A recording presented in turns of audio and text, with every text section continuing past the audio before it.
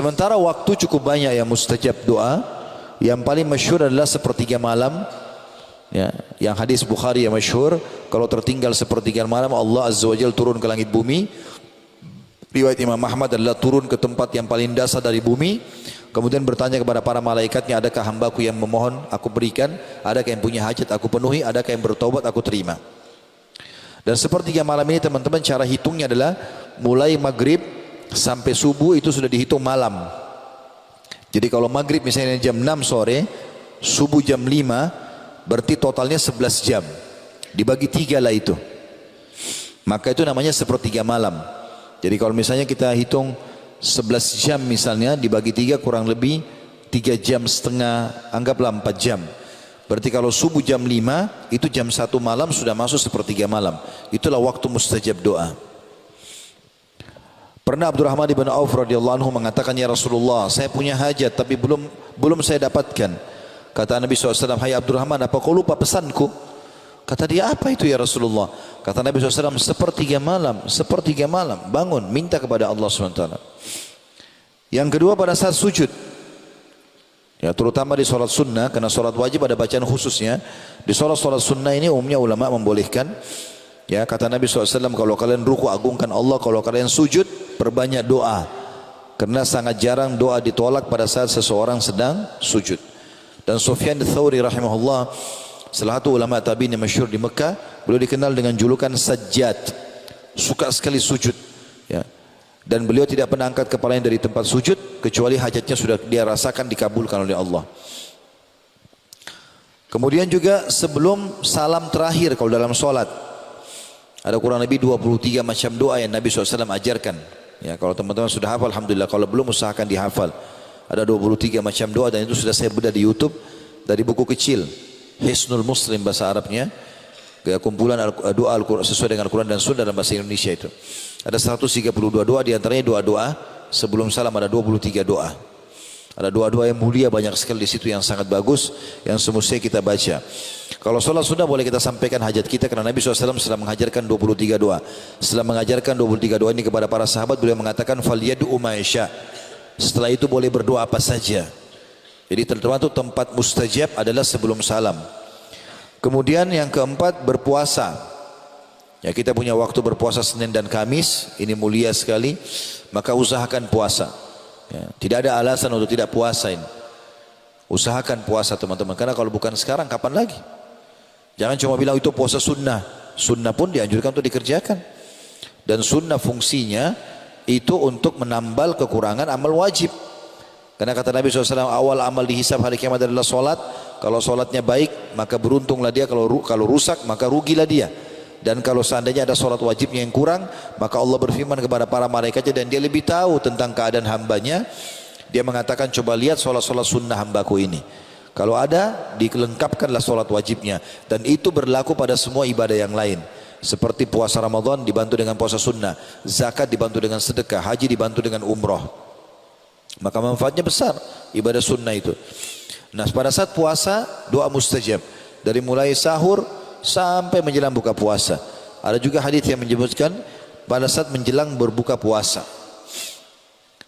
Begitu juga dengan puasa yang lebih 3 hari setiap bulan. Hari-hari puasa banyak ya. Selain Ramadan, karena Ramadan sudah pasti kewajiban, tapi kita bicara sunnahnya. Yang kelima adalah musafir. Semua musafir diijabah doanya. Ya, selama safarnya bukan pada kemaksiatan, bukan karena mau menipu orang, bukan karena mau berzina, maka biidznillah akan diijabah doanya.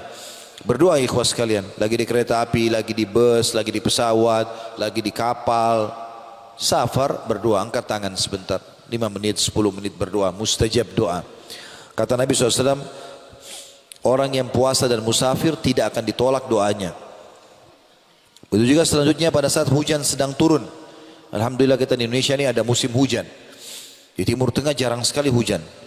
Kami waktu di Madinah dulu, kadang-kadang lewat 2 tahun tidak hujan. Ya, nggak ada hujan sama sekali. Kalau hujan sedikit orang pada keluar semuanya. Kita sampai 2-3 bulan, 4 bulan hujan. Dan setiap turun hujan itu waktu mustajab. Karena pada saat turun hujan di Madinah, Nabi SAW mengatakan ini rahmat Allah, rahmat Tuhan kan lagi turun dari langit, berdoalah. Disuruh berdoa para sahabat. Maka berdoa itu waktu mustajab. Kemudian juga pada saat perang sedang terjadi, berkecamuk, kalau kita di kancah jihad, ini juga mustajab.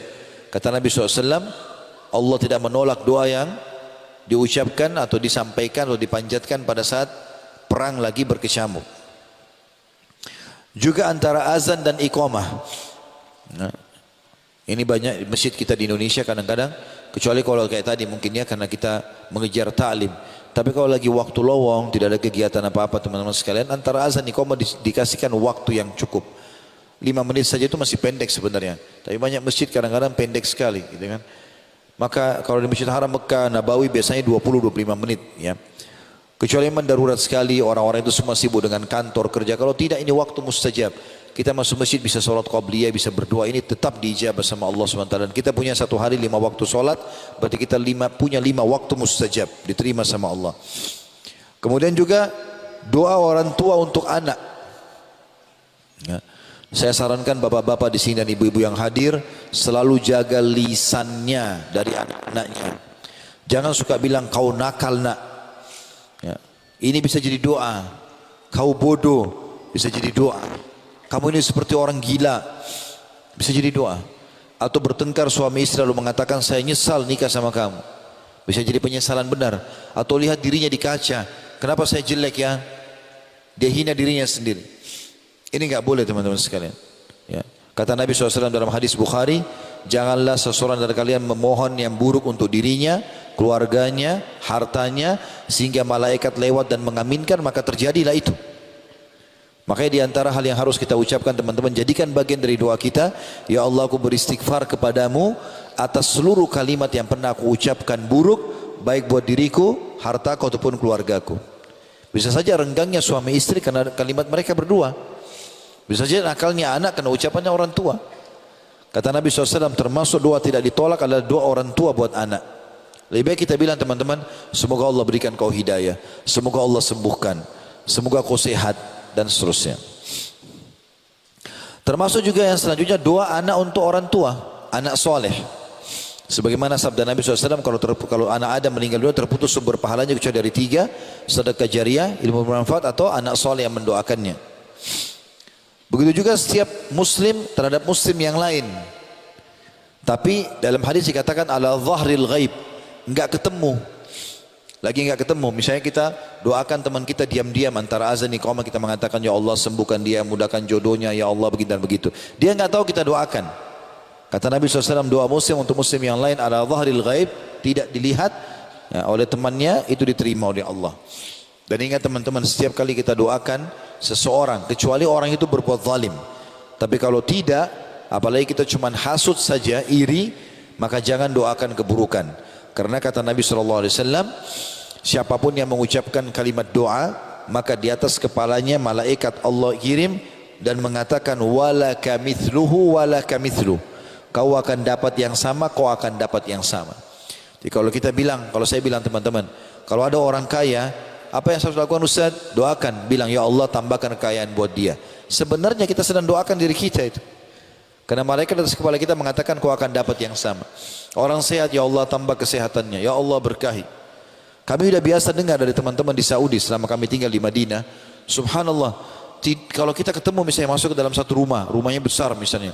Maka kalau ketemu, Masya Allah, rumahmu bagus. Kalimat Masya Allah selalu ada. Semoga Allah berkahi buat kamu, semoga Allah tambahkan rezekimu. Padahal orang itu sudah kaya.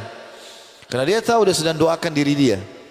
Ada orang pintar, ya Allah tambah kepintarannya. Kita doakan diri kita dan doa malaikat, kita pasti dijabah sama Allah. Maka hindari semua kalimat buruk. Kita bilang, ya Allah matikan dia. Seperti kita doakan diri kita supaya dimatikan juga. Gitu kan?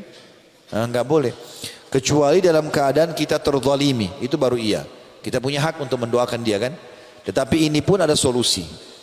Kalau ada orang berbuat zalim kepada kita, kita punya 2 opsi untuk berdoa.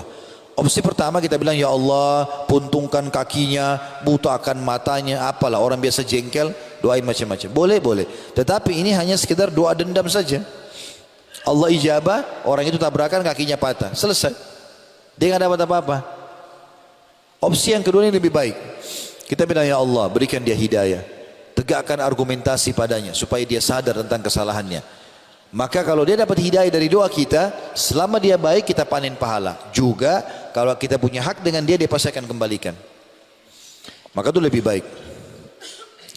Begitu juga teman-teman, akhir waktu di hari Jumat. Ini juga waktu mustajab doa. Ya. Akhir waktu di hari Jumat maksudnya akhir waktu asar. Tapi yang jelas ada dua riwayat yang masyhur.